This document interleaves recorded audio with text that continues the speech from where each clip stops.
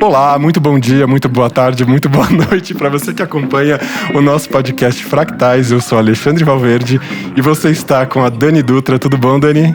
Tudo, e você, gente? Tudo bom tranquilo. Dia, boa tarde, boa noite para todos. O Idi Miguel, fala Idi. Opa! E o Felipe Wasserman. Eu não consegui pensar no bom dia, boa tarde, boa noite da Dani. Tô devendo ainda. Marqueteiro fraco, meu. E hoje à noite a gente recebe uma convidada super especial, a Elisa Martinez Iglesias, que está aqui conosco, que é psiquiatra, neurodivergente, vai se apresentar e a gente vai falar hoje sobre uma questão super importante, que é a questão do colapso emocional da pessoa neurodivergente, também conhecido pelo nome em inglês de meltdown e também shutdown. E a Elisa vai trazer essa questão pra gente, as histórias dela, a gente vai ter uma conversa bastante bacana sobre isso. Muito boa noite, Elisa. Por favor, apresente-se e traga suas questões e seus pontos. Boa noite, tô muito contente de estar aqui. Como é que vocês falam? Bom dia, boa tarde, boa noite? Exatamente. Né? Então... Só a Dani. Você roubou dela. Desculpa, então boa tarde, boa noite, bom dia. Não, Dani. Então meu nome é Elisa, eu tenho 37 anos, eu sou médica, psiquiatra, sou psicanalista, já com 10 anos de atuação. E também sou artista plástica, isso é mais recente na minha vida, que eu me autorizo a dizer que sou. Diga-se de passagem, eu adorei a capa que você desenhou. Ai, que legal, é uma verdade. colagem com pintura. A capa desse episódio é uma arte da Elisa, então... Boa, muito boa. E eu sou neurodivergente e o meu diagnóstico de neurodivergência, ele já vem se arrastando há alguns anos, mas o ano passado veio o diagnóstico de autismo, grau 1, que na verdade é de traços, né? Foi dito assim pra mim, no meio de uma consulta varrida, de batida. Assim, você sabe, né, que você tem traços? Eu, não sei. Nunca soube. E aquilo ficou como que um choque em mim, porque foi numa consulta que eu tive várias outras intercorrências, vários outros problemas de saúde. Eu tinha quebrado o pé, já descobriram uma síndrome genética, e ainda me veio com um autismo na mesma consulta, assim. Rolou o cara do osso. Então, foi assim, eu quebrei o pé por causa de uma síndrome genética que eu tenho. Aí eu fui um especialista da síndrome. Aí esse especialista me falou que todos os meus diagnósticos em vida de psiquiatria, que eu já tinha passado muitos anos em atendimento, em várias também análises, psicoterapias, mais de 10 anos. E ele falou, pra mim isso tá tudo errado, pra mim você é autista, e é muito claro. O cara do transtorno genético falou isso? Falou isso, só isso, não falou mais nada. E eu fiz um shutdown na hora. E depois a gente vai conversar sobre o que é. Eu não consegui falar mais nada sobre isso por meses. Nem desenhar, nem fazer meus trabalhos que eu fazia. Eu travei em um, que eu acho que é um trabalho mais emblemático, que eu nem foi o que eu encaminhei especificamente pro ID sobre meltdown, que é um dos temas que a gente vai conversar hoje, né? E não fazia sentido pra mim o autismo, porque tive um bom desempenho acadêmico, pra mim eu interagia razoavelmente bem socialmente, eu pensava que todo mundo fosse como eu. Essa aqui é a verdade. Nossa, com as diferenças que cada um tem, entendeu? Então é mais complexo ainda, porque assim, todo mundo tem a subjetividade própria, né? Todo mundo tem um universo que é dele. Então, respeitando esse universo, se enxergar como neurodivergente, e dentro da neurodivergência como autista, tendo um alto desempenho, né?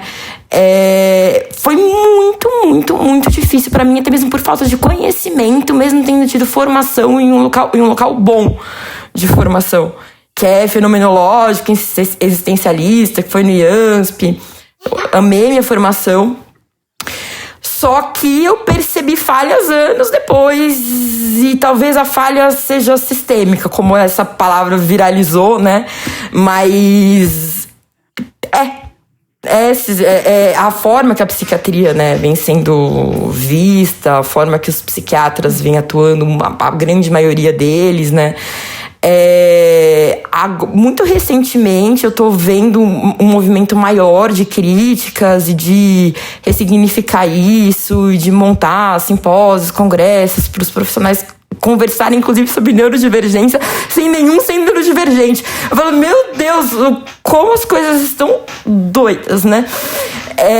Mas me fez, então, perder todo o parâmetro de quem eu era, minha autoestima, minhas questões éticas com a medicina, porque não sei o quanto que cada um se aprofundou no estudo de autismo, acredito que bastante, porque vocês todos são muito inteligentes e interessados em estudar. Dá pra perceber pelos outros podcasts. Minha mãe não pensa assim. Né? Mas estava lá, a dificuldade de comunicação, de perceber a emoção do outro. Eu falei assim, como que eu, como psiquiatra, posso estar prejudicando alguém sem saber que eu tinha uma dificuldade? Era isso que eu ia te perguntar. Porque o seu lugar do diagnóstico, ele tem uma coisa que o Ale também compartilha, que é essa coisa de estar na área da saúde.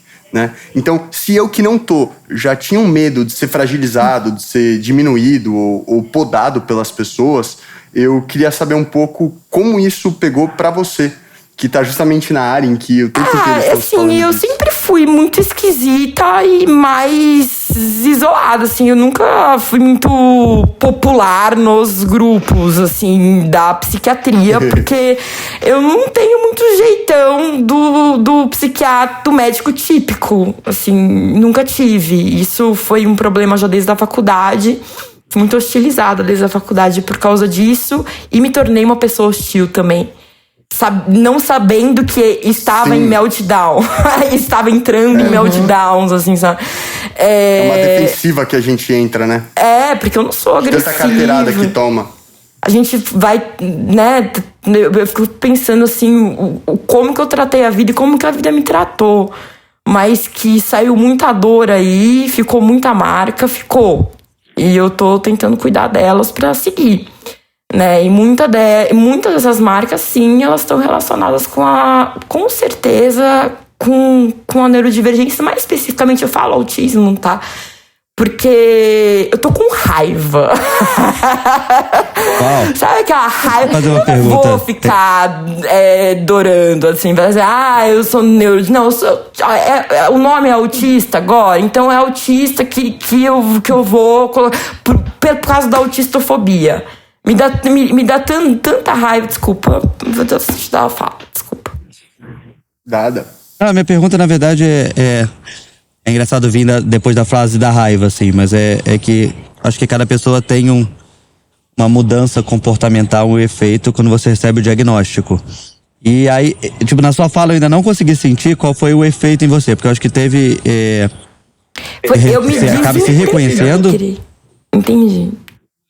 Mas assim, eu acho que tem a primeira fase do susto e depois tem a fase do tipo adaptação e melhorias e autorreconhecimento em cima disso. Só que eu ainda não consegui analisar isso na sua fala especificamente, o que é diferente pelo menos de nós aqui. Então é interessante ouvir uma outra pessoa com efeito diferente ao diagnóstico. Eu gosto muito de pensar na teoria da complexidade, assim, acho que as coisas são muito mais complexas do que postas da forma didática para ensino. Então, assim, que as fases do luto são interessantes a gente aprender, acho que sim, mas o processo que cada um passa é muito mais complexo e, inclusive, as fases, elas se misturam.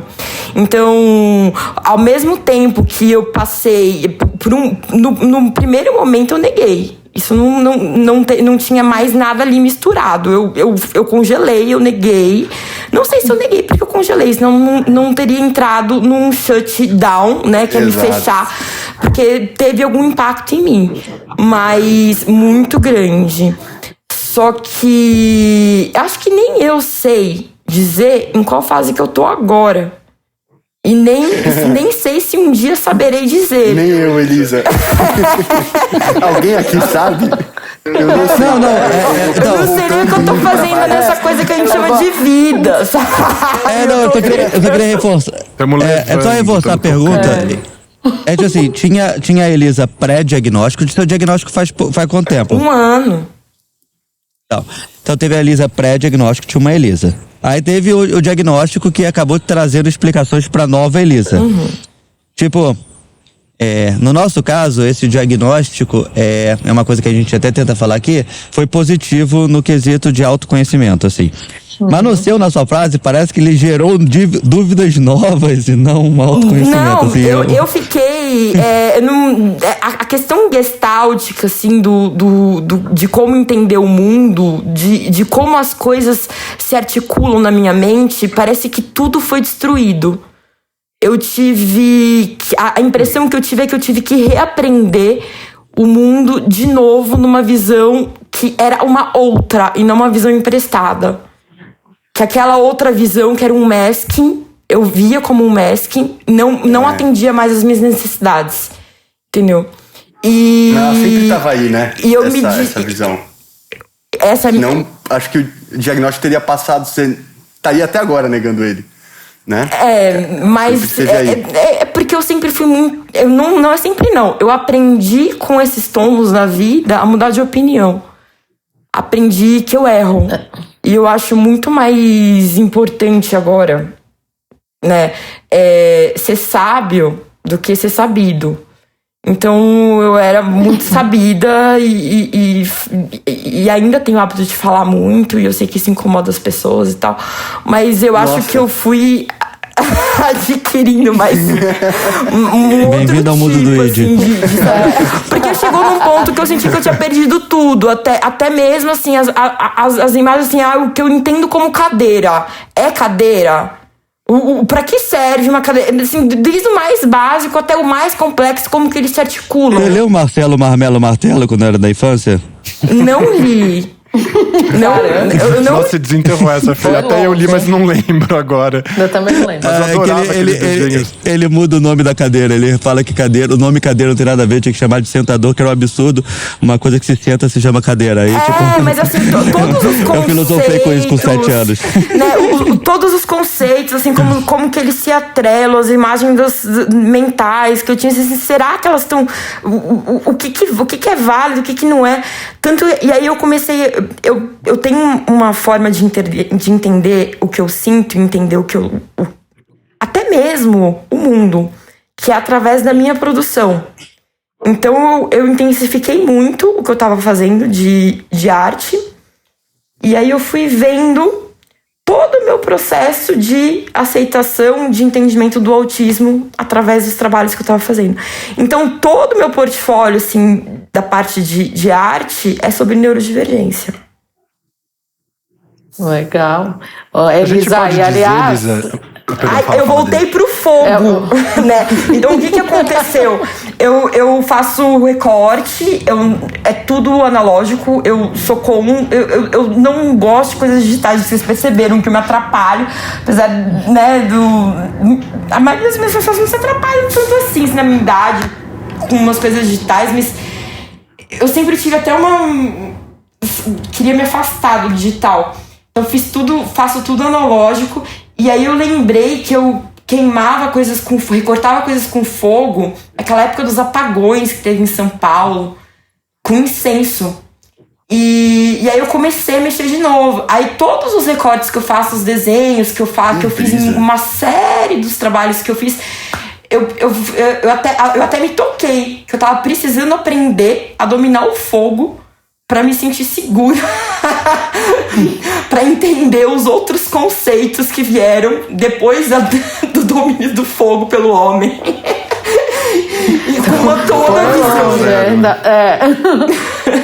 Oi, Elisa, eu queria falar assim que é muito legal ter uma outra figura feminina aqui nesse grupo, né? Você é a primeira mulher que a gente recebe aqui, né? Enfim, e a gente sabe até que a questão do autismo mesmo, ele se manifesta diferente, né? Entre mulheres, ou o sexo feminino e o sexo masculino, enfim, sem falar de gênero e nada disso, mas e que é diferente, né? Acho que a gente tem questões muito emocionais com essa relação que me parece diferente um pouco dos meninos. Carinhosamente eu vou chamar aqui dos meninos. Que talvez esse entendimento existencial, essa coisa existencial que você buscou, né?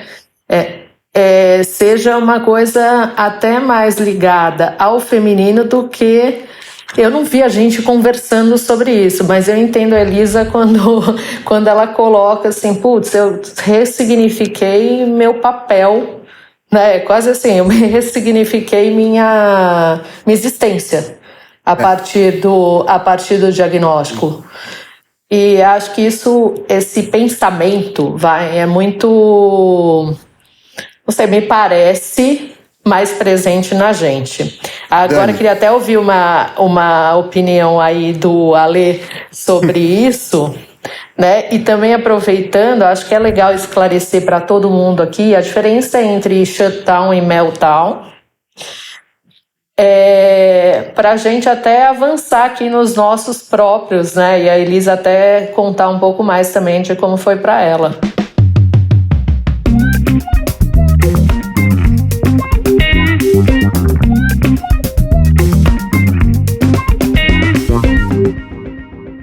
Maravilha. Ia trazer justamente essa questão que é importante para quem está nos ouvindo, que a gente já falou várias vezes de meltdown, shutdown, e tem gente que deve estar assim, nossa, que diabos é isso que eles estão falando, né? E o burnout, que é uma outra dimensão ainda mais aprofundada, né, desse sofrimento específico, que é um tipo de crise mais intensa ainda, tal. E assim, para ser simples, né, acho que se a gente fosse traduzir esses termos, eu traduziria pelo colapso emocional, e que aí essas duas expressões em inglês, melt significa derreter, né, e shut, apagar, desligar, né, o shutdown e o meltdown. Então a gente vai falar, melt, fez um shut, a gente nem fala a expressão inteira, né. As pessoas do espectro, ou as pessoas neurodivergentes de um modo geral, elas podem apresentar esses colapsos emocionais quando elas passam por estressores ou sensoriais, ou afetivos, ou cognitivos, ou sociais muito intensos. Ou o quê? Financeiros. Eu vi não sei quantos financeiros, claro, exatamente. associados a meltdown por causa do novo cenário financeiro em pessoas que não são diagnosticadas. Né? E aí, a questão é que isso vai desencadear uma série de reações e... Lembremos, né, que nas neurodivergências as nossas reações afetivas são muito intensas, as nossas fronteiras são muito largas, então a gente apresenta fenômenos que podem parecer muito estranhos para pessoas normotípicas. E a intensidade desse sofrimento, desse colapso emocional é tão grande que isso pode se assemelhar a uma psicose, a uma crise mais grave, psiquiátrica e tal. E muitas vezes pessoas vivem meltdowns, pessoas neurodivergentes, e são indevidamente diagnosticadas como psicóticas, esquizofrênicas, bipolares. Então isso é super importante, é uma dinâmica importantíssima na nossa vida que a gente tem que saber reconhecer e distinguir. E os psiquiatras, muitos não estão formados devidamente para saber fazer essa distinção. Então é bem importante mesmo a gente falar sobre isso e as pessoas entenderem essa questão. Então, geralmente no meltdown, a pessoa vai ter um comportamento mais explosivo, ela vai colocar mais para fora, ela vai manifestar isso para além da própria contenção. Então, muitas vezes a pessoa entra em agitação, pode ficar fazendo muito steaming, ficar, né, numa estereotipia motora muito intensa, confundir o pensamento, quer dizer, um monte de coisas pode acontecer. Cada pessoa tem meltdown à sua maneira, acho que a Elisa vai trazer algumas questões aqui, se a gente quiser também exemplificar os nossos.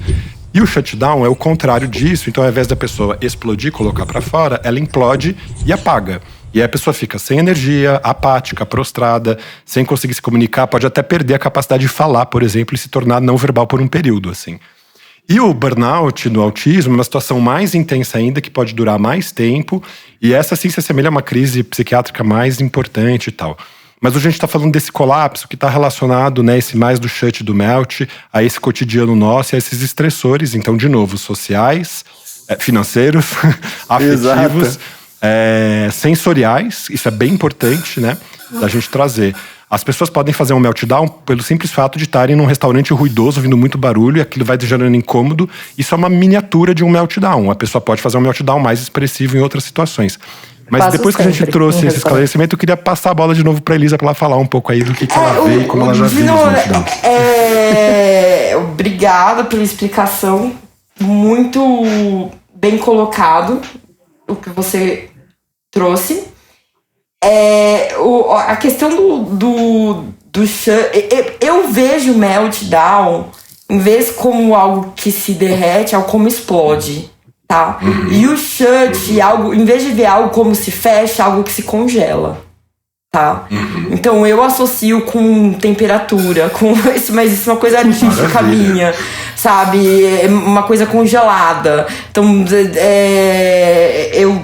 eu percebo mais dessa forma. Nas duas, existe uma oscilação do controle, do nosso autocontrole da situação.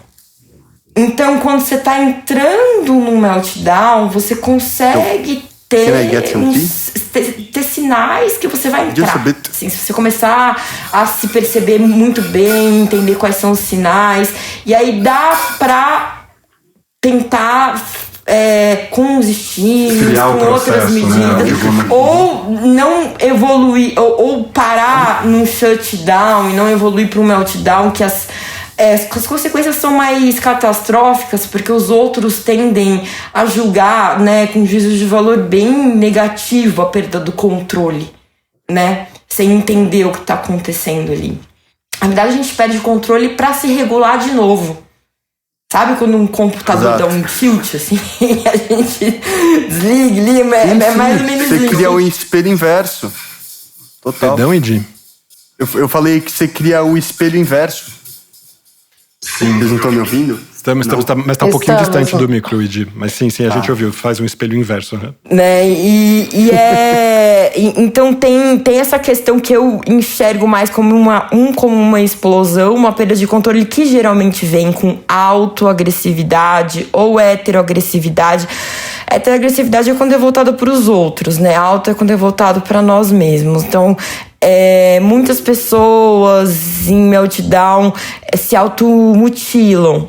Então, uma das primeiras metas como psiquiatra que atende neurodivergente, a automutilação também pode acontecer em TDAH, tá bom? Não é só no TEA, no transtorno do espectro. Primeiro tentar achar as estratégias para diminuir a intensidade, os danos que acontecem nesses episódios, assim, para a pessoa. Então, se existe autoagressividade, estratégia para não chegar na autoagressividade. Ou que não aconteça nada que a pessoa se machuque mesmo, que se exponha. Enfim, se existe heteroagressividade, então aí precisa uma conversa com todos os familiares, as pessoas que convivem de uma forma mais próxima, que não traria prejuízo para o indivíduo, para explicar então os fatores e como que todo mundo pode ajudar a não evoluir para meltdown e não serem alvos, né, dessa heteroagressividade. Geralmente é verbal. Algumas pessoas podem chegar a quebrar objetos ou até mesmo a bater no outro, mas eu nunca... A maior parte das vezes é autodirigida. A maior parte das vezes. E ela se bate até pra se sentir, né? E é muito... Eu falo assim, mas tá... Quem não se descontrola, né? Quem nunca na vida... Mas pra mim também, né? Já tinha me descontrolado algumas vezes na vida, não era... Faz parte da vida. Criança tava aprendendo a ter resiliência. Adolescente é porque era adolescente. Adulto é porque passei por situações muito estressantes. Então, eu sempre tinha uma desculpa. Até que eu entrei num burnout por causa do trabalho de mais de 80 horas semanais em psiquiatria. E eu sou hiperempática. Acho que vocês ouviram já de um outro colega como que é esse tipo de... A gente sofre muito, porque a gente capta muito, assim, o sentimento, a dor do outro, e pra sair disso demora um tempo. Então, a hora de trabalho fica diminuída mesmo. Se eu começar a cuidar disso, né? Porque eu não cuidava. E aí, não cuidando disso, continuando trabalhando, aí foi pandemia, aí foi... Eu vou conseguir, com aquelas metas, né? Do final da adolescência, não sei se caso ou se não caso, não era uma meta importante pra mim, casar ou não casar, ter filho, não ter filho ainda não era relevante, mas... Pra mim era a profissão, ter um lugar pra morar e tal. Aí eu peguei essa realidade econômica completamente diferente. Minha profissão mudou, a nossa profissão mudou completamente na pandemia, mais ainda. E aí eu já vinha tendo mais episódios de descontrole emocional que eu não entendia. o que era.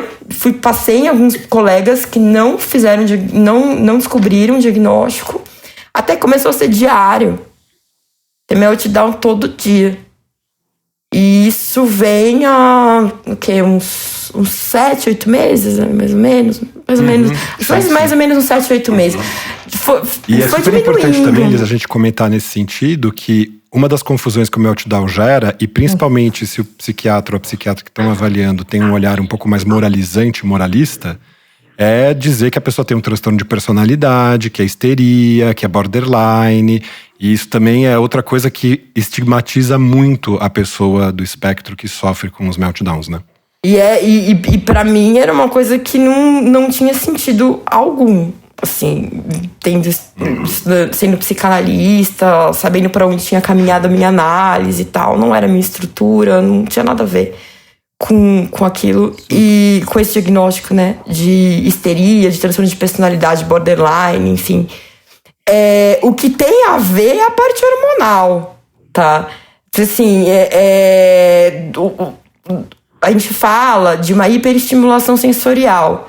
Os nossos hormônios, principalmente os hormônios femininos, deixam o cérebro, né, da maioria das mulheres, ainda mais das neurodivergentes, muito mais sensível aos estímulos.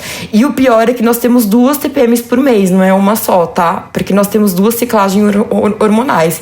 Então, assim, de paz em um mês, como um homem autista tem, que eu não diria que é paz, uma mulher tem 10 dias. Tá? Comparativamente. Olha, Elisa, agora eu vou ter que procurar um ginecologista que atenda neurodivergentes. Posso fazer um parênteses aqui? O microfone tá desligado, ficando difícil, hein, gente? Tá ficando difícil pra vocês médicos. Tá? Então, mas isso é tranquilo. Não é arrumar a parte hormonal. Quer dizer, tranquilo. Eu tentei inibir completamente o meu eixo, mesmo assim não funcionou. Mesmo as micro-oscilações hormonais, que não me fazem ovular nem nada, elas provocam... Eu tenho mais os meltdowns mais intensos nessa fase. Mesmo assim.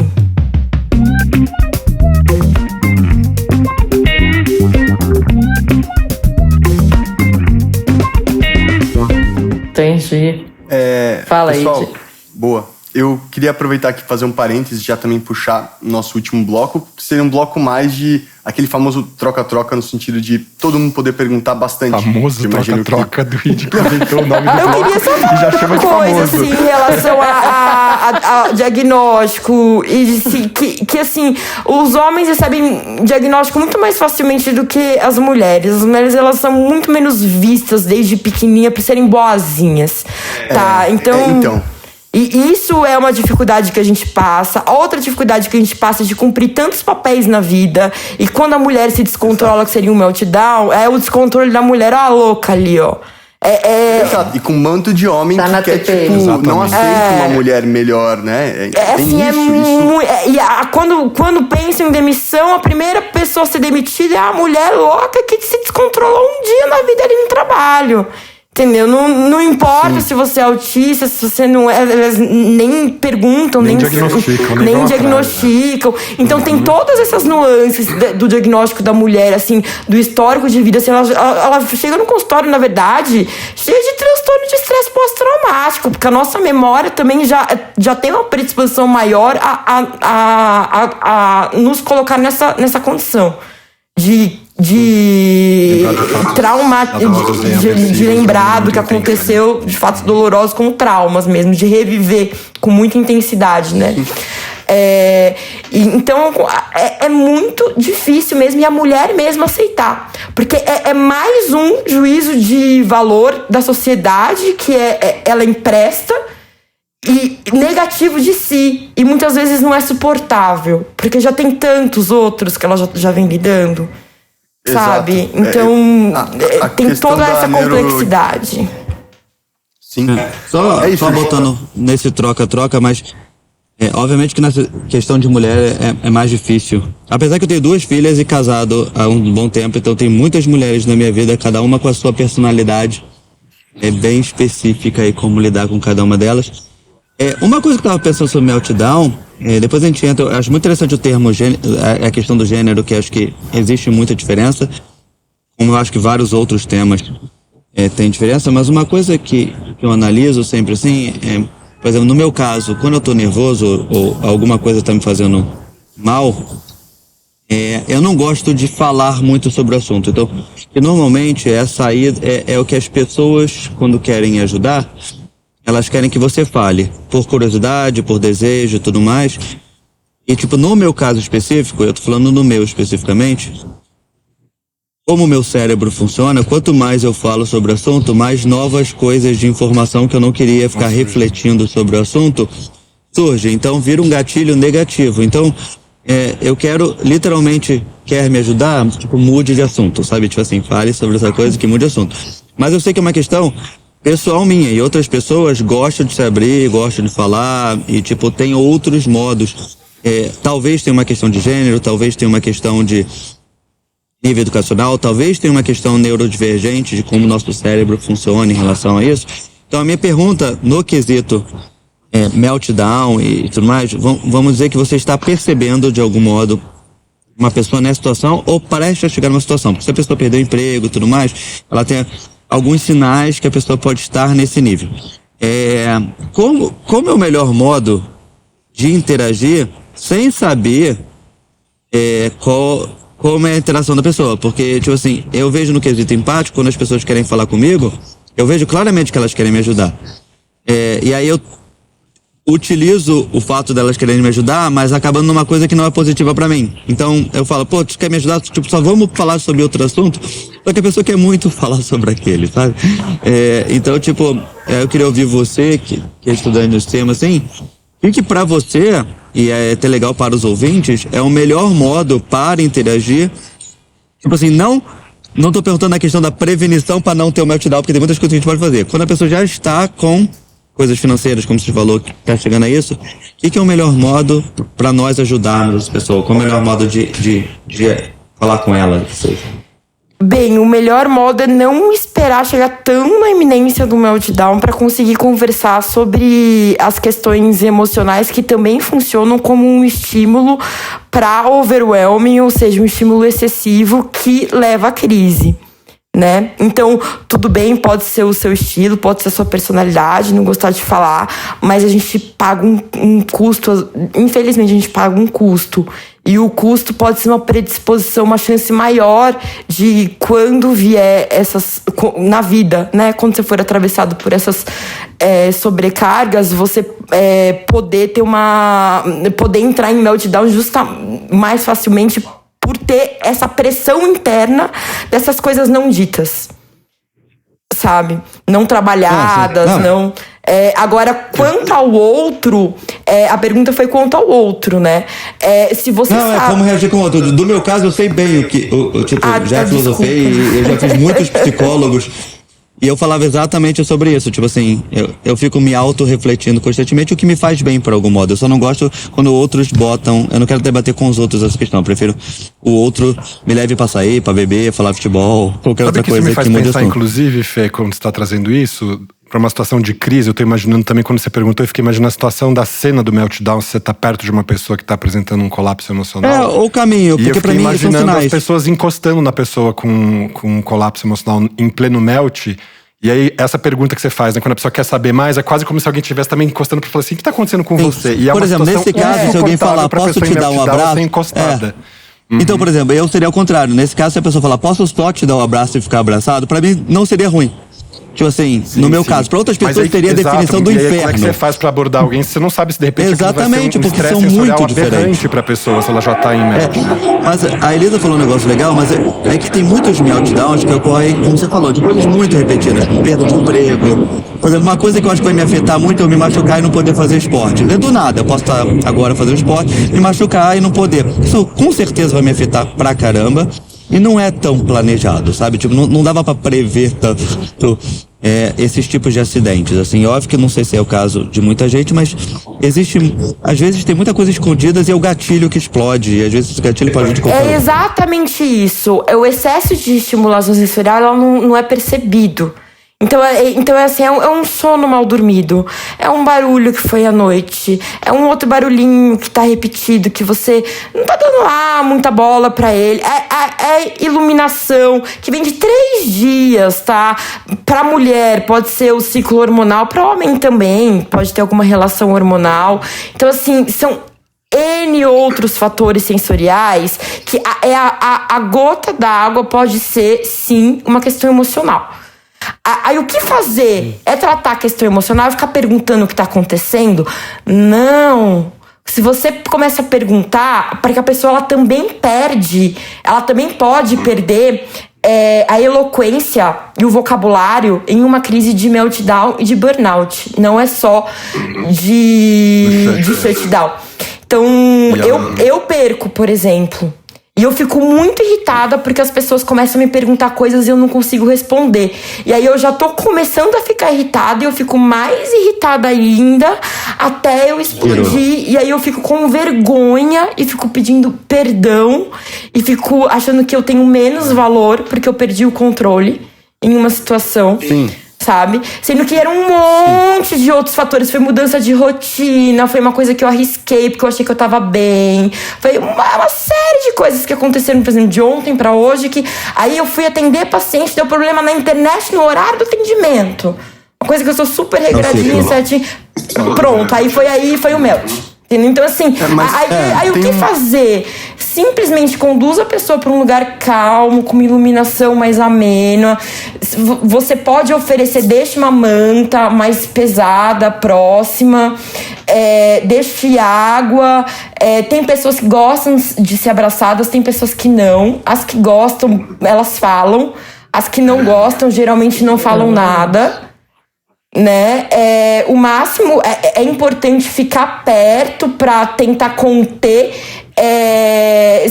alguma exacerbação de auto-heteroagressividade, por exemplo. Aí você pode chegar a precisar encostar na pessoa e até conter, mas tem várias formas de conter, né? Você pode falar assim: olha, agora eu vou te ajudar segurando o seu braço pra você não se machucar, pra não ficar nenhuma marca, tudo bem?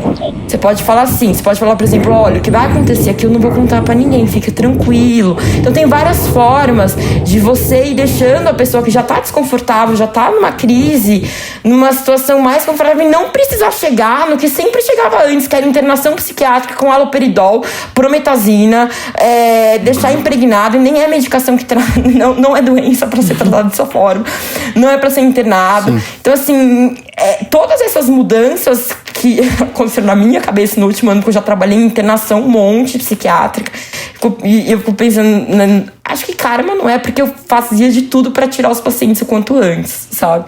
Eu também não tenho essa religiosidade tão posta, assim, tão clara. Mas deixa eu só dar o tchau, porque eu vou ter que correr. Então, só falar o meu tchau aqui, ó. Aí você avisa pra pessoa que é no minuto 38 da minha gravação. Eu dei o tchau. Aí ou a gente deixa o tchau no meio, vai ficar mó legal também. Não tem problema. Vai ser engraçado também. Então, Elisa, foi muito legal trazer você aqui, porque o seu perfil é muito diferente do nosso. Então a gente tá falando muitas vezes com nós 4. Eu tô e com acaba aqui para o público. Mas pode ser, mas mesmo que seja, nós também. Um pouco, tá? Eu não fale por mim. E muito interessante essa parte, porque é mostrar para as outras pessoas que existe outras pessoas diferentes da gente. Assim, tipo assim, o modo como se lida, o modo com as tuas palavras. E o modo como você lidou com o diagnóstico é muito diferente do nosso. Então, é muito legal para nosso público, para todo mundo ver. Somos pessoas, somos um estereótipo, mas existem vários outros também diferentes e é legal mostrar isso. Então, muito obrigado. A trazer um pouco mais de leveza pra minha vida, que eu encaro de uma forma muito pesada mesmo, talvez por esse viés aí da ética, da responsabilidade, mas vocês me ajudam bastante a enxergar e até nomear. Por que só não pode ser um nervoso? Porque tudo eu tenho que nomear como uma crise, ou como Elisa, você é a nossa primeira fã, cara. Primeira fã que a gente gravou. Então estamos felizes pra caramba de ter aqui. É um momento único. Tchau. Muito obrigado aí. Excelente episódio. Eu agradeço vocês que trazem mesmo essa leveza para um assunto difícil. Um prazer. Sim. Mas, não, calma aí. Tchau, Fê, mas ainda quero fazer uma pergunta. Não, fica à vontade.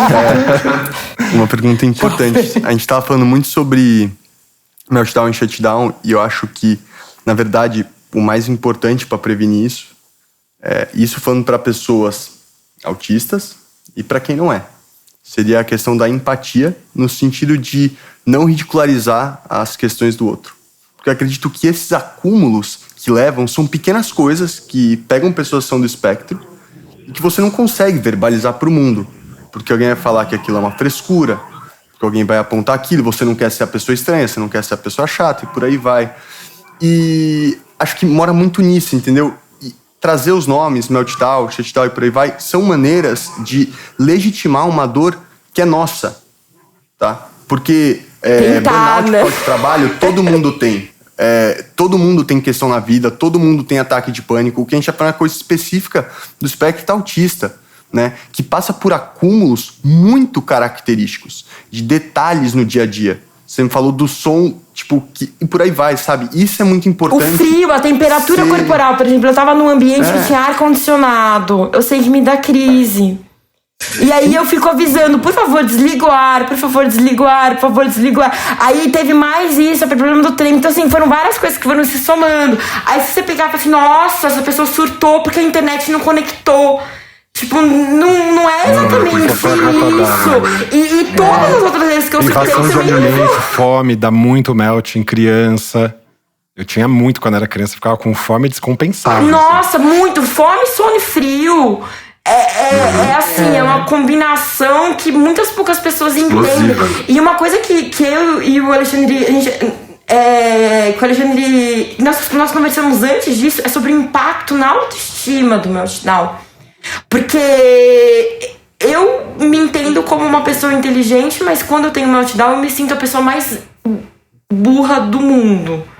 Porque essa questão assim de... Você perde seus recursos, eu né? Você perde perco sua os riqueza, meus sua recursos, inteligência. eu perco meu vocabulário, eu perco meus recursos, vulnerável. assim, minha inteligência emocional, eu perco a minha habilidade de me comunicar. Mesmo que capenga, mesmo que trabalhosa, não sei, é a minha, eu perco. Eu perco meu autocontrole. E eu acho que isso, pra quem sabe a importância que é ter autocontrole na vida, é uma coisa assim que derruba um tanto. Isso é uma coisa que a gente sabe, né? Que o tempo inteiro a gente tá se autocontrolando, porque, a gente foi sem meio que educado. Acho que vocês, psiquiatras, ainda mais, né? Acho que tem uma questão que você trouxe mesmo profissional, desse autocontrole, de você passar essa imagem para com quem você está atendendo e tudo mais, que é bem difícil. Eu teria também muita dificuldade. O Alê não tem nenhuma, mas enfim. Não tive nenhum, mas os meus melts foram importantinhos, assim, um me levou para uma internação psiquiátrica. Então, calma. Eu acho que a gente faz masking. Eu tava até falando com ele sobre a gente escolher qual parte do masking fazer pra não entrar em meltdown. Porque a gente controla... Porque um dos podcasts que me prendeu muito foi do masking. Porque parecia que ninguém tava falando que era masking. E da complexidade do masking. Que é o gestual, que é o mínimo do canto da boca que você vai erguer pra sorrir. É o gesto da sobrancelha que você vai... É a roupa que você escolheu. Pra mulher, é maquiagem, o formato de óculos ou não, o cabelo, o jeito que vai sentar, o tom de voz que vai falar. Se vai falar pausado ou não. Se vai falar baixo ou não, que efeito que vai ter no interlocutor. Então, assim, é tanta coisa que a gente controla nos maskings que depois de muitos anos fazendo sem ter consciência disso, que o resultado seja um colapso, não é uma coisa tão, assim, surpresa, né? Não é E o melt e o shut é justamente a impossibilidade naquele momento de executar um masking. Exatamente. É quando não dá mais pra fazer um masking. Você esgotou a sua habilidade de masking. E o masking é importante pra vida. Só que a gente tem que escolher o que... Já que a gente tá aprendendo tanta coisa, o que fazer no masking e o que não fazer. Sabe? Pra diminuir esses riscos. Né? Pra diminuir os riscos de entrar. Porque se sentir entrar é muito difícil. sair é possível. Eu fui experimentando as coisas que o Alexandre foi me passando. Algumas eu ri muito fazendo. Mesmo, ele falou assim, carrega peso. Eu carreguei balde de água no estacionamento de um lugar. Isso é meio Daniel San, tipo Karate Kid. Exatamente. Vou dar um chute assim. Incrível pra controlar a ansiedade. Assim, uma garra pra sair. Culpa disso, você tropeça. Então, mergulhar também é uma ótima. Pessoal, já puxando aqui pro fim, e aproveitar pra gente já começar nas despedidas, eu ia falar que é muito legal o que vocês estão fazendo aqui, o que a gente tá fazendo, porque não é fácil se expor assim, né? Quantas pessoas poderiam apontar um dedo pra uma pessoa que já foi internada, pra uma pessoa que tem crises? Eu consigo falar algumas na minha vida que apontariam dedos pra mim, e a gente tá escolhendo estar aqui. Isso é muito importante pra quem tá ouvindo, entendeu? Tipo... Não, e é muito importante pra mim como profissional e pra Elisa como profissional também, porque não somos só médicos, nós somos médicos psiquiatras. Então ainda fica uma situação do tipo, nossa, quem são esses dois aí que dão essas causadas? Quem são essas pessoas? Então, mas é pra isso, é pra romper essa fronteira da vergonha, do medo de falar, do medo de se expor.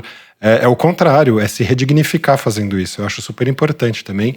E queria só retomar o comentário do Fê, que eu acho super legal, da presença da Elisa aqui, que é de dar essa dimensão diferente, né, de como as pessoas têm ouvido as nossas histórias, de repente ouvir de uma outra pessoa e falar, uau, como as histórias podem ser, podem ser tão diversas, e as neurodivergências serem tão diversas, né? Há tantos autismos quanto há autistas, eu gosto de falar isso. Mas tem uma coisa interessante aí, Ale, que é...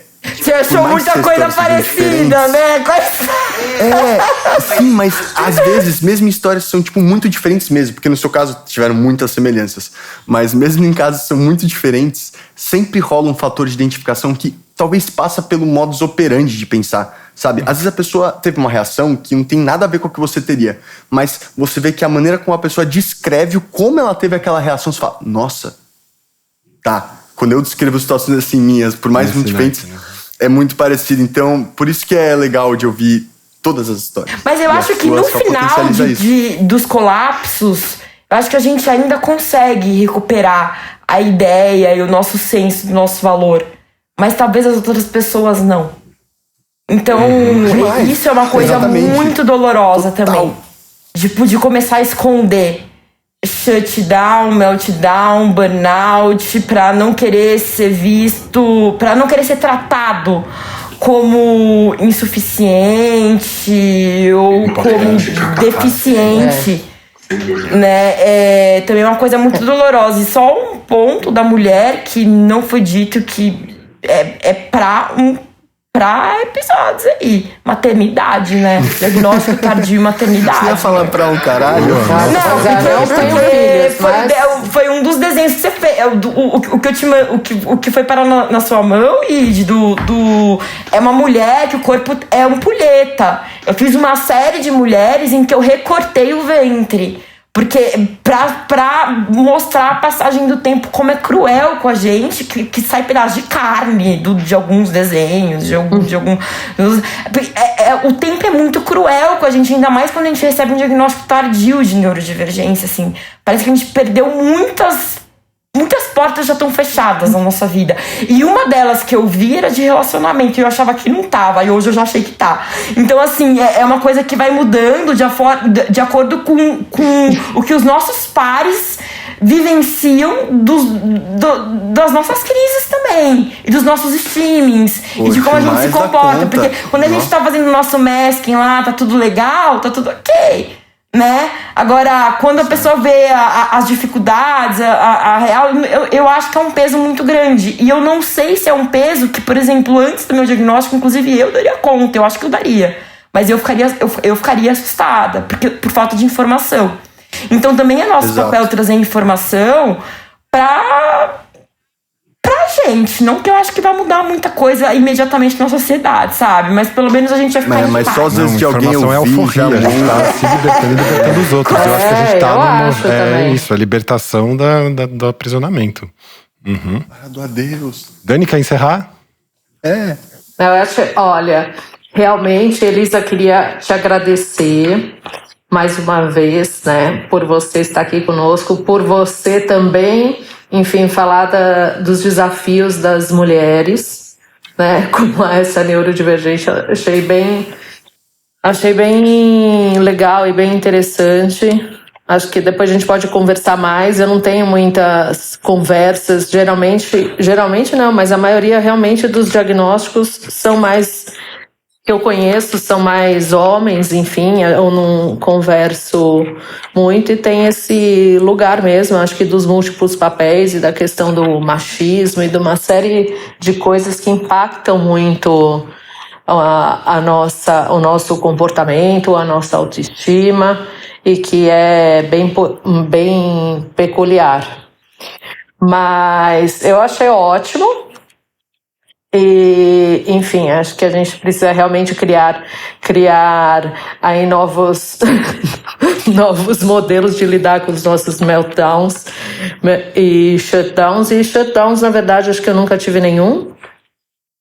Os outros eu identifico bastante, mas eu acho que a gente tem aí um desafio de tentar até dar dicas mesmo para as pessoas que nos ouvem sobre isso. Eu acho que a Elisa e vocês, enfim, trouxeram pontos importantes a respeito disso, que acho que a galera vai gostar. Quem estiver ouvindo esse podcast e estiver tendo Meltdown Shutdown, vem mergulhar comigo. Sério, galera. Isso aí é um remédio. Mas como é que faz? Depois você explica como é que faz pra mergulhar com você, porque eu me afogo com o oxigênio do cilindro, mas... Não, eu ensino tudo mesmo. É só vir aqui na Ilha Bela. Vai ser um prazer gigantesco. Super bom, não sai de não convida, porque tem gente que convida que vai. Não, quando eu convido é pra vir, pô. A gente pode embalar essa viagem aí, primeiro, já assim, Dani e a Lê. É um hábito, né, de ficar se pedindo desculpa em excesso, mas eu realmente sei que falei muito hoje. Falei pro Ale que eu tava ansiosa pra vir aqui. Como não estar ansiosa depois de o assunto ser meltdown e ter um meltdown no dia, né? Então, assim, né, foi uma coisa desconcertante pra mim, porque eu já vinha melhor, tão melhor que fui ar-condicionado, mudar os ares, né? E tá aí, ar-condicionado não dá, é tiro e queda. Então, assim... Quem sabe faz ao vivo. Quem sabe, Boa noite. Mas é isso, a gente fica experimentando a vida também. A gente não quer se fechar num casulo por causa de um diagnóstico pra sempre, ficar vivendo uma dor pra sempre, uma raiva pra sempre, né? Então é transformar. Eu penso em tentar transformar alguma coisa boa, sabe, disso. Seja através da arte, que era a minha ideia inicial.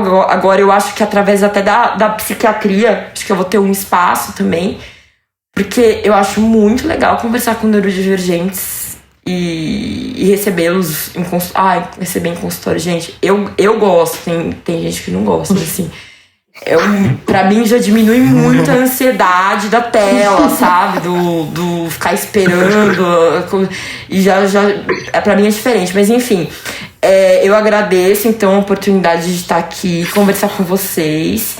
E eu sei que eu falei demais, porque hoje eu estou com um controle inibitório fraco. Tamo junto. Nossa, se você falou demais, então... Nossa senhora. Nada como. Vamos embora com o som de... Ao som de El-chan. Arigato. Um abraço, pessoal. Mas eu agradeço o convite.